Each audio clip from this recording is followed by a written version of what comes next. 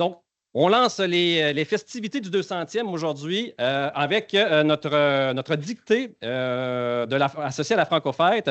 Donc, bienvenue à tous. Chaque année, c'est un événement où on a l'occasion de célébrer la richesse et la vitalité de notre langue française. Les Franco-Fêtes est un moment privilégié pour mettre en lumière la beauté de notre langue et son importance dans notre vie quotidienne. Cette année encore, le Collège réaffirme son engagement de favoriser un français vivant, inclusif et teinté d'un dialogue. Nous croyons que l'amour du français peut aller de pair avec l'ouverture des autres cultures, des autres générations.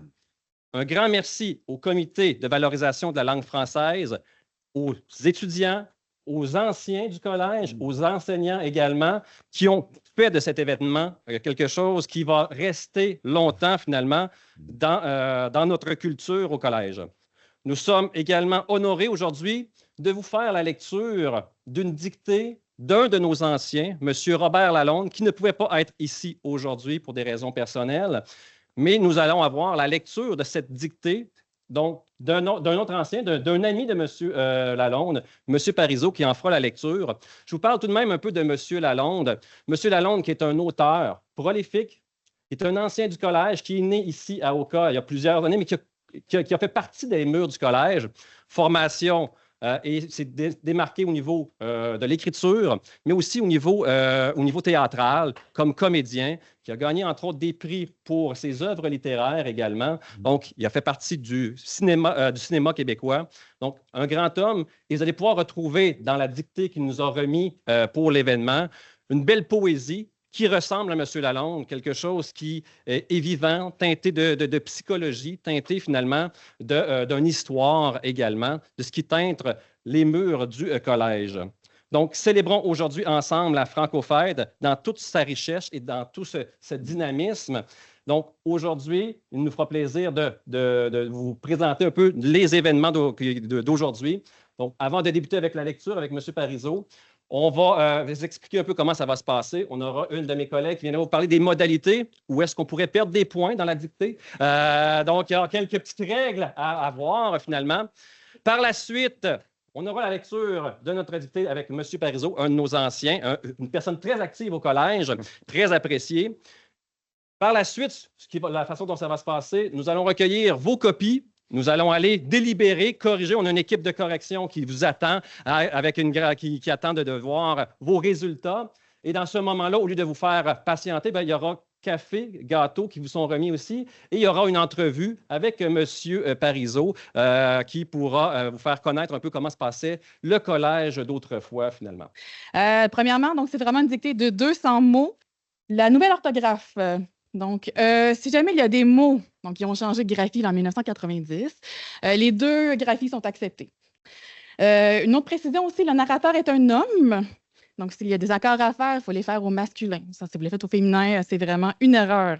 Salutations de la part de Robert Lalonde. Il ne peut pas être ici et désolé de cela. Par contre, il nous a laissé une œuvre qu'on va être à même d'apprécier. Merci aux deux présentateurs. Alors voilà, je vais faire une première lecture complète. Nous, le lundi, au collège, quand j'étais ici, pensionnaire, c'était à tous les lundis, on avait une lunale. Le père Dagenet aimait faire la lunale en latin et en français. Alors, voilà. Donc, je fais une première lecture et après ça, c'est le début c'est la continuité de la dictée, là, phrase par phrase, et je ferai à la fin une lecture finale. Salutations de la part de Robert Lalonde. Il ne peut pas être ici et désolé de cela. Par contre, il nous a laissé une œuvre qu'on va être à même d'apprécier. Donc, je fais une première lecture et après ça, c'est le début c'est la continuité de la dictée, là, phrase par phrase, et je ferai à la fin une lecture finale. Dictée du 200e du Collège Lionel Groulx par Robert Lalonde. Ma grand-mère Mohawk, qui s'enflammait quand je piétinais les émérocales endimanchées de son jardinet, me tenait fermement sous sa férule. Elle m'affublait d'un passe-montagne de laine cardée, même en plein cœur de l'été, me coiffait d'un galurin ayant appartenu à je ne sais quel de mes aïeux, mais qui me donnait l'air d'un épouvantail moineau et finalement me chaussait des bottillons d'un brun terreux de grand-père qui me donnait d'affreuses escarres tumescentes aux talons. Puis elle m'envoyait cueillir dans le sous-bois d'Épinette les herbes médicinales destinées à la concoction de ces effrayantes potions de sorcières qui goûtaient l'urine de bique. Je m'attardais toujours à l'ombre d'un sycomore de mes amis parce qu'il laissait flotter dans l'air une effluve enivrante. D'un effluve enivrant.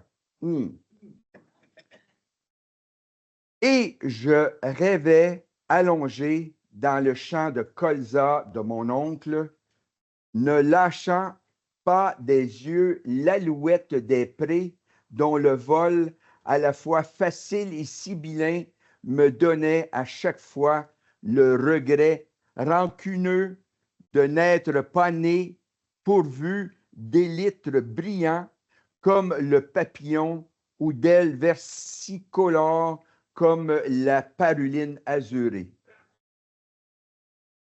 C'était... Est-ce qu'il y en a qui veulent sortir?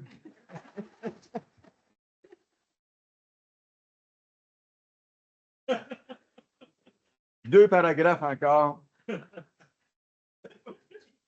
C'était à chaque fois un agrément époustouflant, quoique ce fût éphémère. Les années ont beau filer, elles n'escamotent en rien l'allégresse des beaux moments de la petite enfance. Voilà.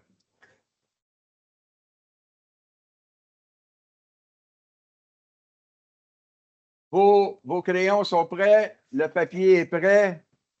Alors, je vais... Est-ce que je suis assez fort? Je parle assez fort? Oui? OK, on y va, on est prêt maintenant. Ma grand-mère Mohawk, virgule, qui s'enflammait quand je piétinais. Alors, ma grand-mère Mohawk, virgule, qui s'enflammait quand je piétinais les émérocales endimanchées. Ralenti, excusez-moi. Alors, ma grand-mère Mohawk, virgule, qui s'enflammait quand je piétinais les émérocales endimanchées de son jardinet, virgule, me tenait fermement sous sa férule. Me tenait fermement sous sa férule, point.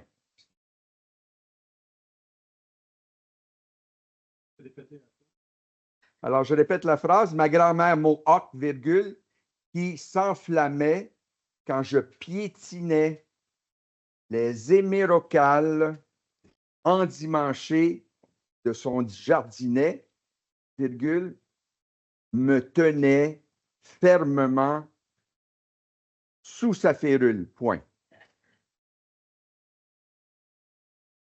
Autre paragraphe. Elle m'affublait d'un passe-montagne de laine cardée, virgule,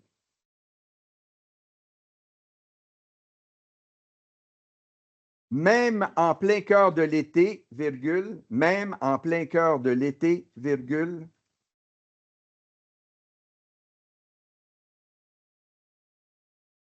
alors, je répète, elle m'affublait d'un passage, pardon, elle m'affublait d'un passe-montagne de laine cardée, virgule, même en plein cœur de l'été, virgule, me coiffait d'un galurin,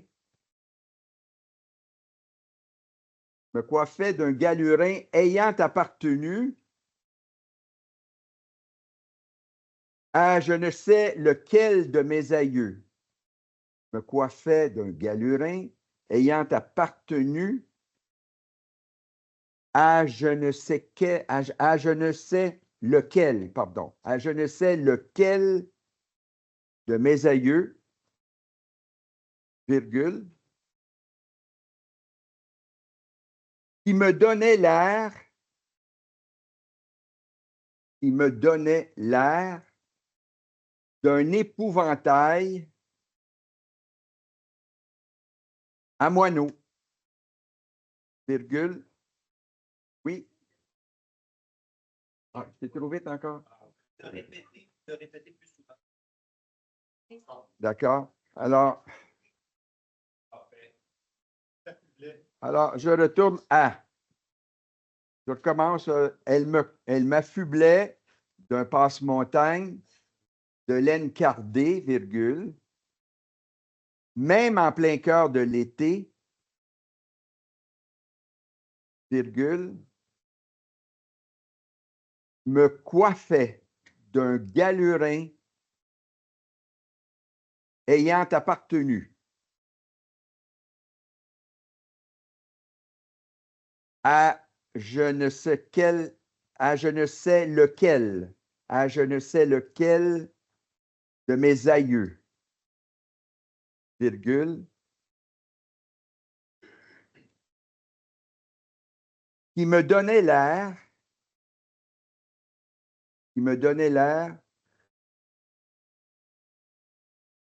d'un épouvantail à moineau, virgule, et finalement,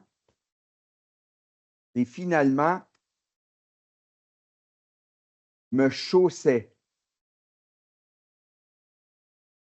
des bottillons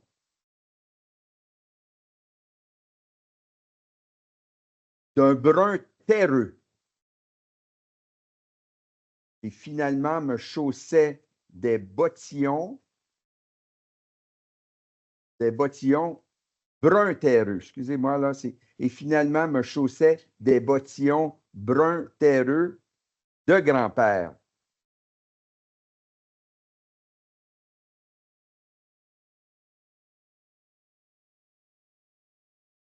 Qui me donnait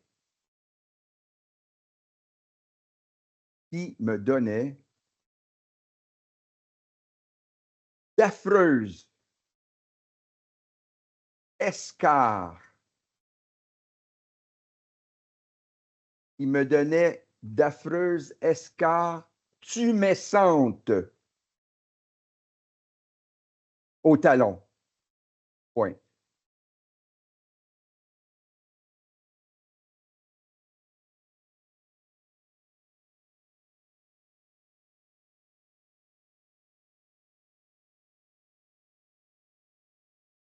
Ça va?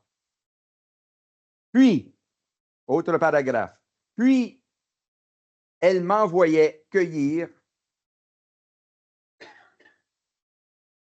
Virgule, dans le sous-bois. Puis, elle m'envoyait cueillir, virgule, dans le sous-bois d'Épinette, virgule.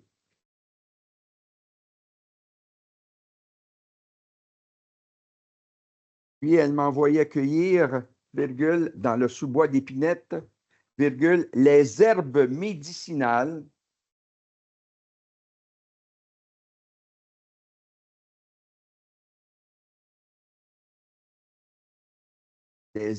médicinales destinées à la concoction, donc les herbes médicinales destinées à la concoction de ces effrayantes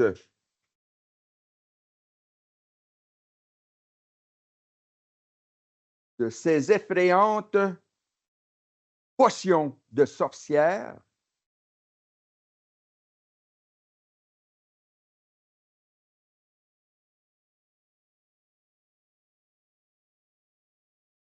donc de ces effrayantes potions de sorcières qui goûtaient l'urine de bique. Point.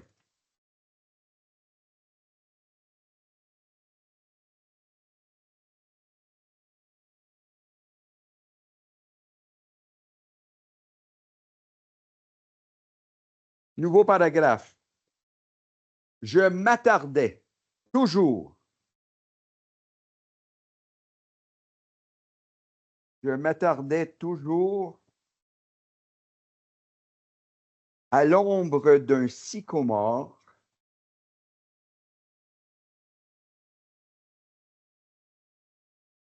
Je m'attardais toujours à l'ombre d'un sycomore de mes amis, virgule.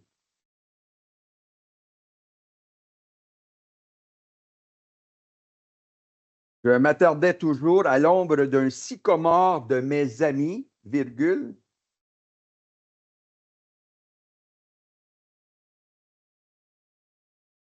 Parce qu'il laissait flotter. Parce qu'il laissait flotter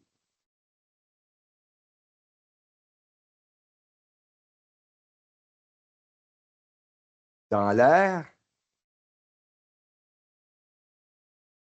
un effluve enivrant, point.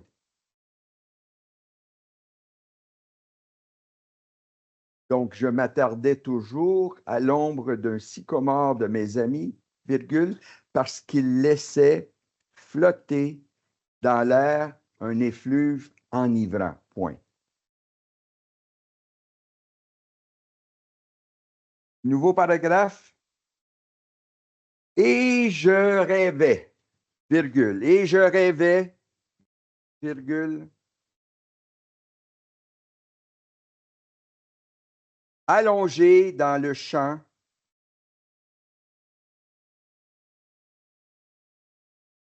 et je rêvais, virgule, allongé dans le champ de colza de mon oncle, virgule,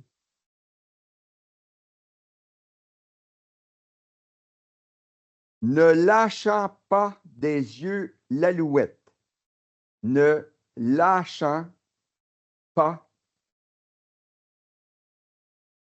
des yeux l'alouette.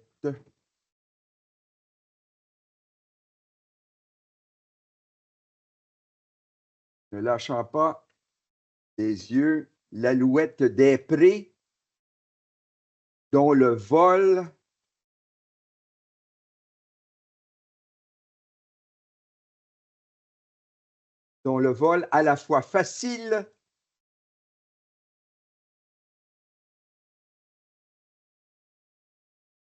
le vol à la fois facile et sibyllin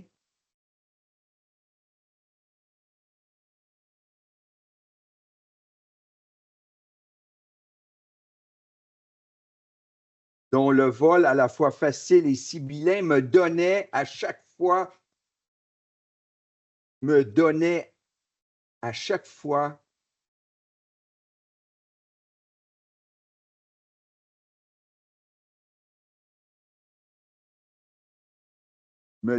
chaque fois le regret rancuneux.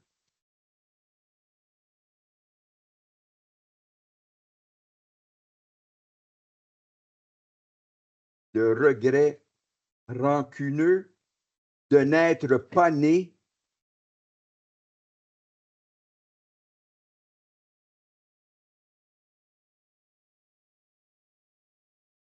donc le regret rancuneux de n'être pas né pourvu d'élytres brillants, d'être pourvu d'élytres brillants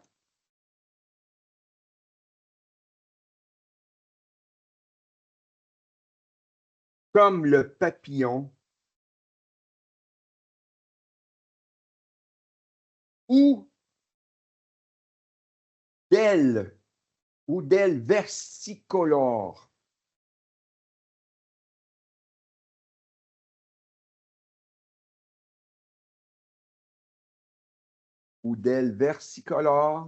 comme la paruline azurée. Point. D'ailes versicolores comme la paruline azurée. Point.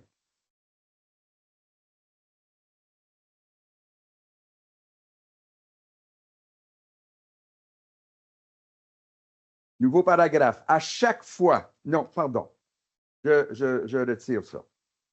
C'était à chaque fois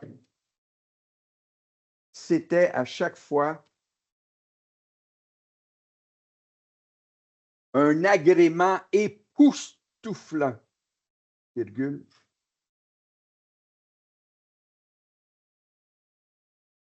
C'était à chaque fois un agrément époustouflant, virgule, quoique ce fût éphémère, point.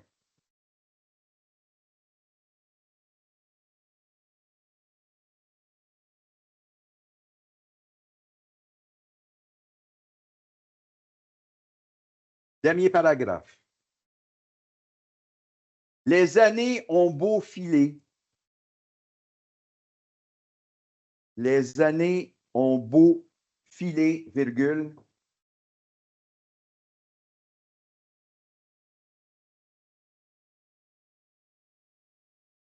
Elle n'escamote en rien l'allégresse. Elle n'escamote en rien l'allégresse.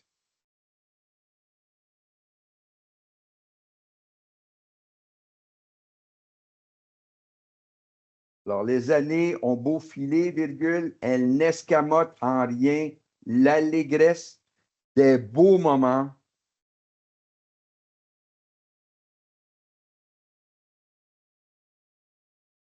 de la petite enfance. Point final.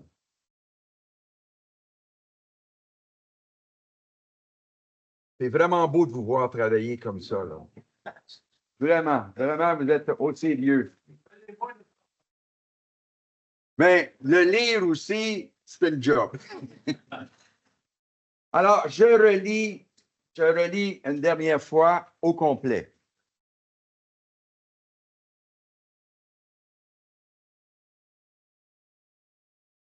Alors, je commence. Ma grand-mère Mohawk, virgule,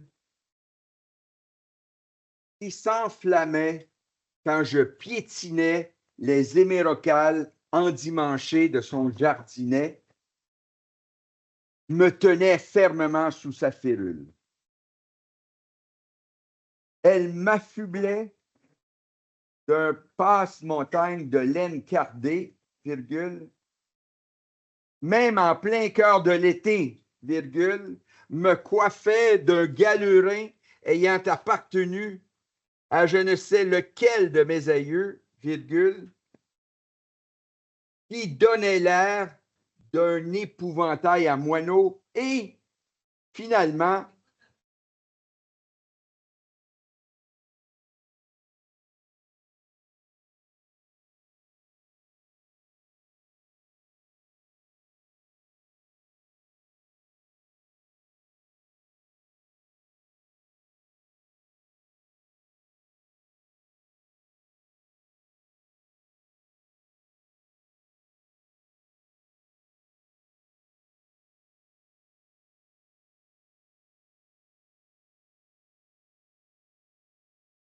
qui me donnait l'air d'un épouvantail à moineaux, virgule,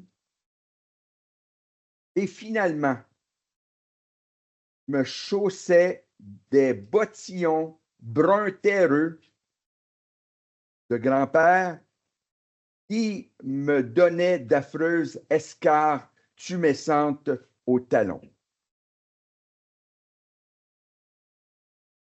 Escarres tumescentes.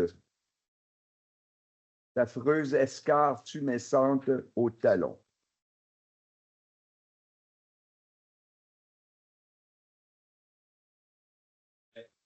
Qui me chaussait des bottillons. Des bottillons bruns terreux.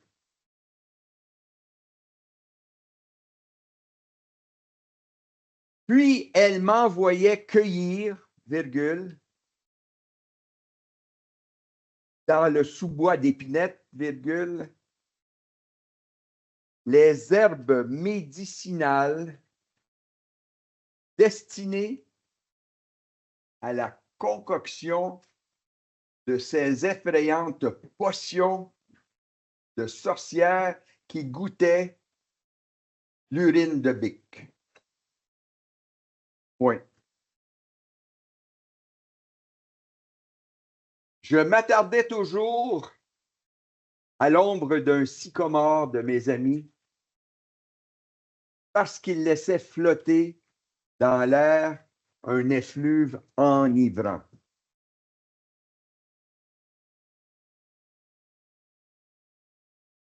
D'un sycomore. Et je rêvais, virgule, allongé dans le champ de colza de mon oncle, virgule, ne lâchant pas des yeux l'alouette des prés dont le vol à la fois facile et sibyllin me donnait à chaque fois le regret rancuneux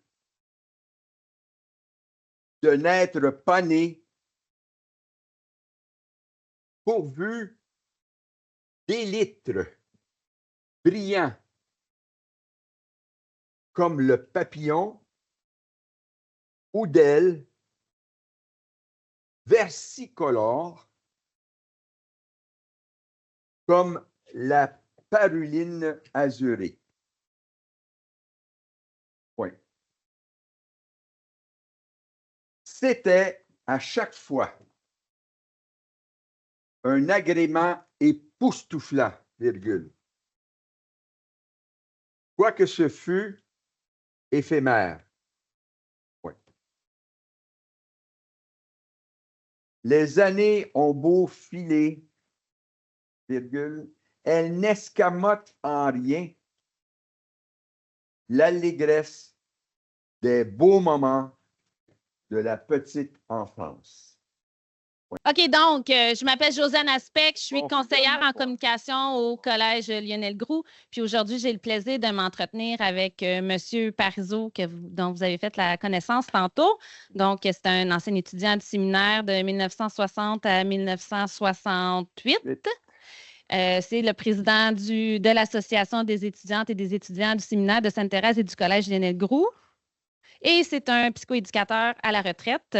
Donc, je vais m'entretenir avec lui dans les 20 prochaines minutes. Pendant ce temps-là, les professeurs corrigent vos dictées. Puis, on va profiter de ce temps-là pour parler de son passage au séminaire, mais aussi comme cette dictée du 200e s'intègre à la Francofête, qui est notre semaine de valorisation de la langue, on va quand même essayer de parler un peu de français. Puis, après ça, là, on va pouvoir procéder au tirage de présence. Donc, d'abord, quel exercice de lire une dictée et comment avez-vous aimé votre expérience? J'avoue là, que c'est du travail. Ça prend beaucoup de concentration parce que tu dois d'abord bien rendre le texte qui est là, bien l'articuler, mais aussi en même temps, tu dois prendre soin des gens qui écrivent. Et on me l'a dit, wow, pas trop, pas trop vite. Bon, là, on m'a dit que ça aurait été mieux avec un micro. Bon. On reprendra ça une autre fois. On va reprendre ça l'année prochaine. Bon. Et puis, après ça, j'ai jasé avec certaines personnes. Ce qui est intéressant, c'est que les gens aujourd'hui n'écrivent plus au crayon. C'est dactylo, c'est bon, OK? Et puis, alors, il y a une dame là qui est là en arrière, elle me disait, on n'a plus cette capacité-là d'avoir une mémoire court terme. Parce que quand tu envoies ça là, sur l'ordinateur, tout est là, ta mémoire est là, pas obligé de faire un effort, Et puis, comme mon fils me disait à l'époque, quand il a commencé sa première année à écrire son nom, il s'appelle Charles Emmanuel Parizeau. Alors, il dit, papa, pourquoi tu m'as donné un nom si long? J'ai mal à la main d'écrire si long. Fait que peut-être qu'il y a des gens qui ont eu mal à la main. Bon, enfin, voilà, je termine, oui. C'est parfait. Je pense savoir que vous avez un attachement profond pour vos enseignants du séminaire. Ouais. Vous en parlez souvent. Si on parle de l'apprentissage du français dans les années 60, qu'est-ce qui vous vient à l'esprit? Comment ça fonctionnait en classe? J'ai même des confrères ici qui peuvent me donner un coup de main aussi, là, si j'oublie des choses. Là. Mais j'ai un confrère auteur ici, Claude Cardinal, Robert. Bon. Alors, le français était extrêmement important. Mais il était important parce qu'il venait du latin. Alors, on faisait énormément de latin. On faisait comment on appelle ça? Des thèmes et des versions latines. Alors, donc, le français et le latin étaient là couramment dans notre vie. Puis un peu plus tard, c'était le grec quand on était en méthode. Mais il était un temps au collège où ça parlait le latin. Dans les corridors. Oui, dans les corridors, ça parlait le latin. Arrivé en 1959 à 66, et le français était tellement important que dans chaque matière, que ce soit mathématiques, français, anglais, il pouvait enlever jusqu'à 20 des fautes, 20 des points, de sorte qu'il y en a un certain nombre commençaient toujours leur examen en ayant perdu 20 Autrement dit, un point ou une virgule ou un accent qui n'était pas sur le « et » ou le « et » accent grave ou accent circonflexe, on perdait des points. Donc, ça nous forçait à toujours faire attention dans n'importe quelle matière à bien écrire, sinon on perdait des points, jusqu'à 20 À quoi ressemblait votre quotidien au séminaire? Là? Une journée typique, là, ça ressemblait à quoi? Une journée typique, lever au dortoir à 6h moins 20, petit lavage, après ça, on descendait, c'était l'étude, on s'en allait à l'étude, une demi-heure d'étude, on allait déjeuner, après ça, c'était un 15-20 minutes à l'extérieur, prendre l'air, et puis on commençait après les cours. Là, vous avez connu la transition, l'arrivée des filles, hein, parce qu'au Oui. début des années 1960, c'était 100% masculin, les cours au séminaire. 100% masculin de 1825 à 1962. Moi, j'ai commencé en 1959, puis à ce moment-là, il y avait ce qu'on appelle l'habitation, la maison qui est admettons, en face du collège. Là, il y avait une douzaine de filles. Oui. Ça a commencé là. Je pense quand j'étais en Saint-Act. En 59, je ne suis pas certain. Oui. Oui, moi, j'étais là. Tu t'en souviens? Il y en avait seulement une douzaine. Et vous, là, comme jeune garçon, la transition, avoir des filles qui arrivent, ça s'est vécu comment? On se cachait. On se cachait, on ne voulait pas voir les filles. Les filles, on était gênés, en fait. On était gênés. Et puis, là, ben, c'était pour les grands. Vous étiez chez les grands, hein, à ce moment-là. Vous n'étiez pas en élément syntaxe, là. Belle-lettre. Bon, Belle-lettre, là, c'est des belles grandes filles de 16-17 ans, là. Rappelez-moi là, les années. 12e année. 12e année. 12e année. 12e année. 12e année. Je suis sourde d'une oreille. Cégep 1. Cégep 1, actuellement. Oui. OK. Alors, donc, non, nous autres, chez les petits, à ce moment-là, puis après ça, tu avais les petits, les moyens, puis les grands. Bon, les petits, 8e, 9e année. moyen, 10e, 11e année, puis après ça, 12e et plus, c'était les grands. Alors, on n'avait pas accès. Nous autres, on avait nos terrains ici, terrain de crosse, le hockey, la balle. Alors, j'avais envie d'entendre M. Parizeau nous parler du parloir. Qu'est-ce Oui. que ça évoque? Notre D113, là, qu'est-ce que ça évoque pour vous quand je vous parle Le du parloir? parloir, c'est un endroit, pour moi, là, c'est un endroit à la fois heureux, mais à la fois rempli d'émotions.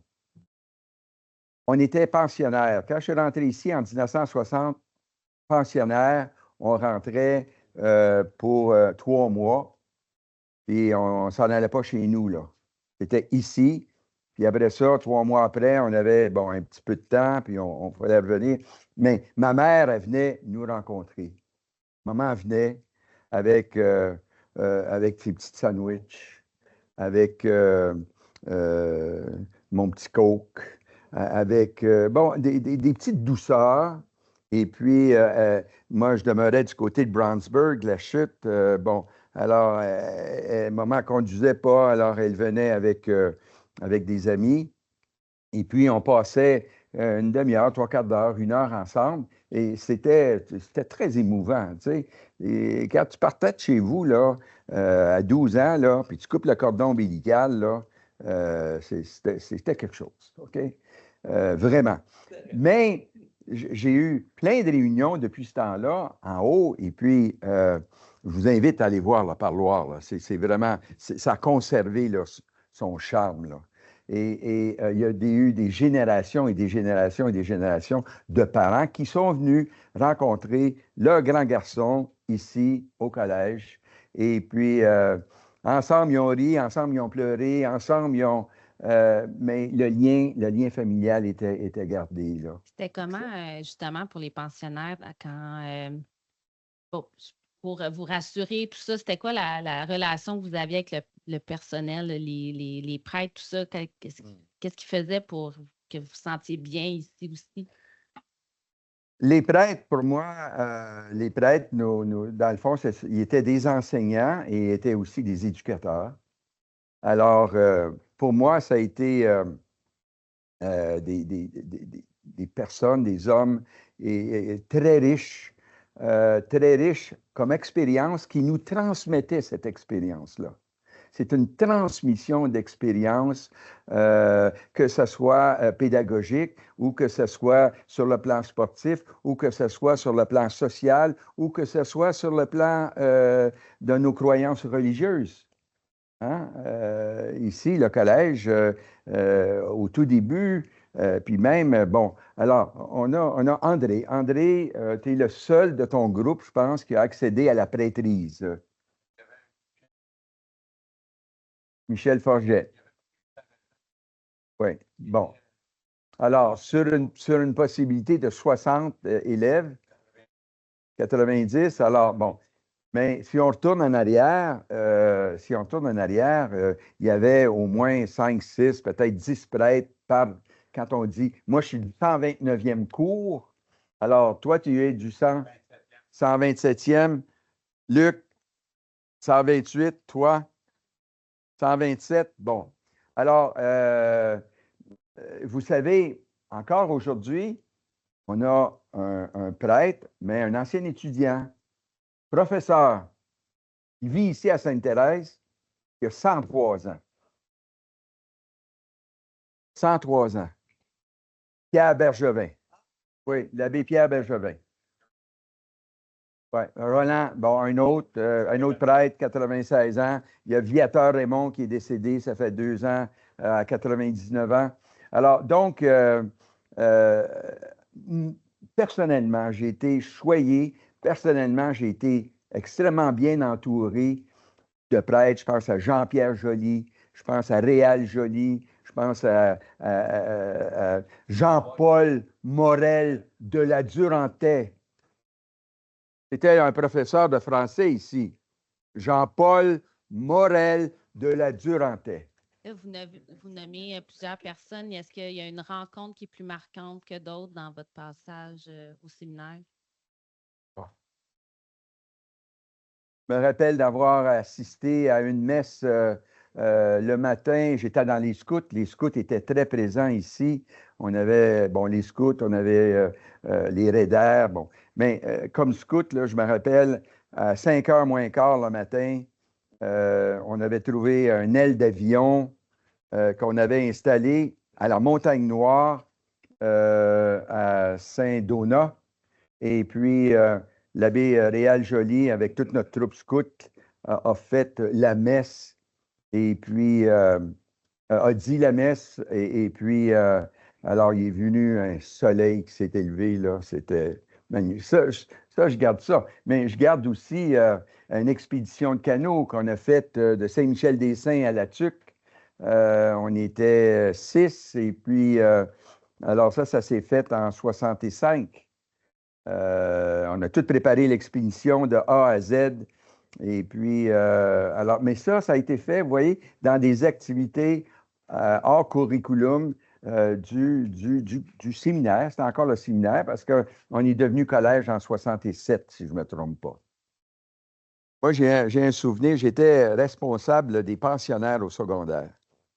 Je vous parle de ça en 1968. Puis, il y avait des pensionnaires, j'avais 50 pensionnaires. Et puis, bon, il y a eu, une première fois, il y a eu un feu, le 3e feu du collège, feu qui a ravagé une grande partie de la bibliothèque. Oui. Et puis, mais aussi, il y a eu les événements où le collège a été pris d'assaut, occupé.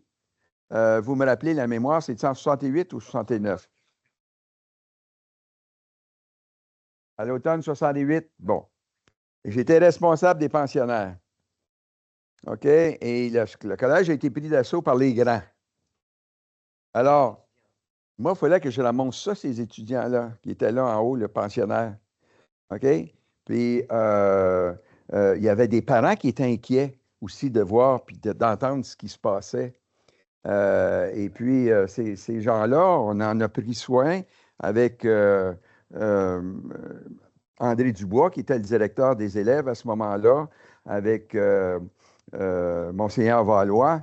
On a sorti, puis on s'est en allé chez Tintin au bowling. Le bowling qui était à côté de l'aréna. OK? Parce que ça brassait, là. Ça brassait, là. Alors, c'est pas drôle, ça, là, ce qui se passait. Racontez-nous comment, quand vous jouiez à la crosse, vous étiez un joueur de crosse, Oui. c'est super important. C'est ça, Là, vous oui, voulez ben oui, savoir. c'est ça. Ah, elle voulait savoir comment. Sans que je connais pas les réponses. Elle voulait savoir. Donc, On jouait à la crosse. Qui a joué à la crosse ici, là? Ah, non. Toi, non. Toi aussi. Bon. Oui, voilà. Bon. Oui.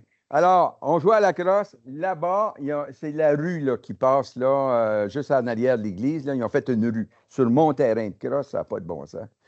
Alors, mais il y avait une palissade à côté de l'église, puis notre terrain de crosse. Puis là, l'autre côté de la palissade, il y avait des filles. Il y avait des sœurs, mais il y avait des filles aussi. Ouais. Puis ça s'appelait comment cette congrégation-là? Notre-Dame. Bon. Alors, croyez-vous, des fois, on l'envoyait mal, la balle. Fait que la balle allait de l'autre côté. Puis là, ben, il fallait aller la chercher. Fait que là, on grimpait sur la palissade. Puis, mademoiselle, la balle là-bas, s'il vous plaît. Ben, bonjour, comment tu t'appelles, toi?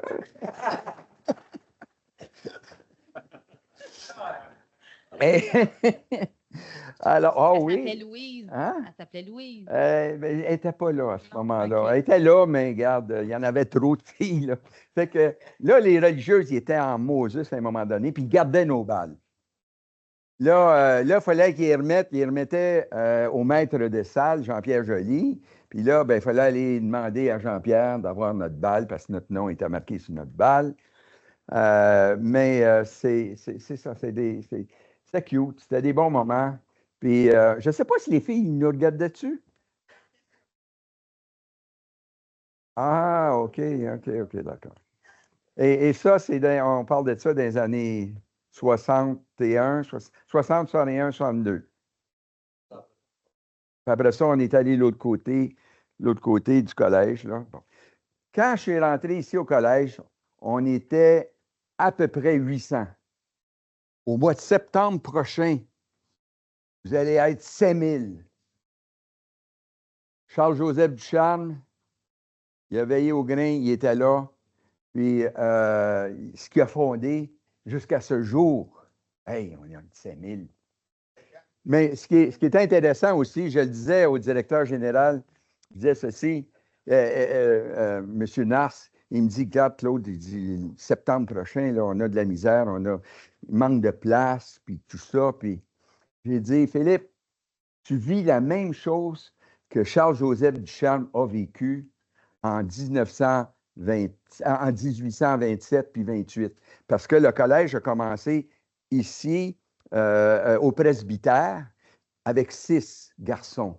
Puis l'année d'après, il y en avait 12. Puis l'année d'après, il y en avait plus. Puis là, il y a des gens qui disaient, bien, on peut-tu envoyer notre garçon pensionnaire? Puis là, ils ont dit, ben bon. Puis là, ils ont monté au 2e étage, puis ils ont monté dans le grenier. Il y avait déjà des problèmes de place à ce moment-là. Alors, ils se sont adaptés. Le collège va s'adapter. Voilà. Si tu ne t'adaptes pas, tu meurs. Les animaux préhistoriques sont morts parce qu'ils ne se sont pas adaptés. Ce qui est intéressant, je regardais dans les bottins que mon ami Claude Lapérière qui est décédé là, l'été passé, c'est un gars de notre cours. Je regardais le nom des enseignantes.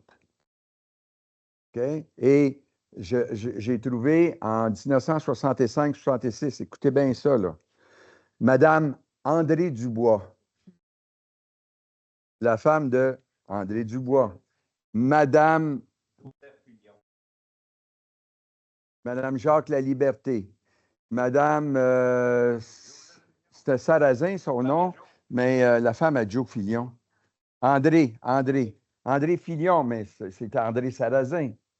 Alors, ça ne fait pas longtemps, ça. Bien, on trouve que ça ne fait pas longtemps. Vous n'étiez pas né, c'est ça.